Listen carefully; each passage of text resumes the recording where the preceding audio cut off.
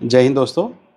आपको इनवॉइस के बारे में एक और छोटी सी बात बताना चाहता हूँ कि इनवॉइस में कभी-कभी एक बायर करके कस्टमर आ जाता है, जो कि परचेज़र होता है मटेरियल का या मटेरियल को जो खरीद रहा है।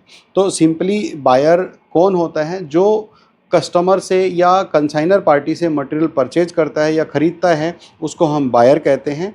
कई बार ये बायर हमारे लिए कन्फ्यूजन पैदा इसलिए करता है कि जब हम लोग इनवॉइस देख के और जब हमको बिल्टी प्रिपरेशन करनी होती है ट्रांसपोर्ट इंडस्ट्री में, तो वो टाइम पे हम ये कंफ्यूज हो जाते हैं कि यहाँ पर बिल्टी में बायर का एड्रेस मेंशन करें या फिर कंसाइनी का एड्रेस मेंशन करें। तो आपको एक बेसिकली क्लियर कर देता हूँ कि जब भी आप बिल्टी बनाएंगे तो हमेशा उसमें कंसाइनी का एड्रेस ही मेंशन बिल्टी में करना होता है, आपको बायर का एड्रेस मेंशन नहीं करना होता है। इन केस अगर बायर और कंसाइनी दोनों सेम हैं, तो ही आप उस इनवॉइस कि एड्रेस को बायर और कंसाइनी के एड्रेस को एलआर में मेंशन कर सकते हो। इन केस अगर आपका बायर का एड्रेस अलग है, बायर का कस्टमर अलग है और कंसाइनी कस्टमर अलग है, कंसाइनी का एड्रेस अलग है, तो आपको कंसाइनी के एड्रेस को ही एलआर में मेंशन करना है। सिंपली एक एग्जांपल अगर मैं बता दूं आपको, अगर कोई वापी का कस्टमर है और उसमें जो बायर है वो मुंबई का है, यानी कि मुंबई का कस्टमर कोई मटेरियल परचेज कर रहा है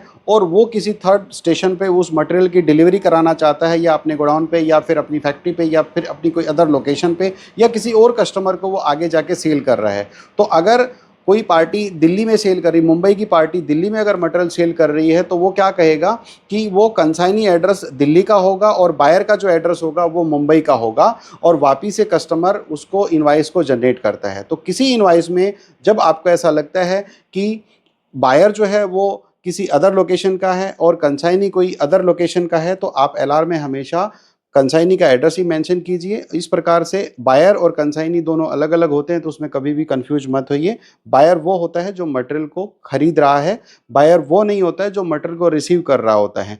अगर एड्रेस दोनों सेम है तो बायर और कंसाइनी दोनों सेम हो सकते हैं। आई होप कि आपको बायर और कंसाइनी में डिफरेंस पता चल गया होगा और ये वीडियो मेरी आपको लिए हेल्पफुल रही होगी बायर और कंसाइनी को समझने के लिए। धन्यवाद मित्रों।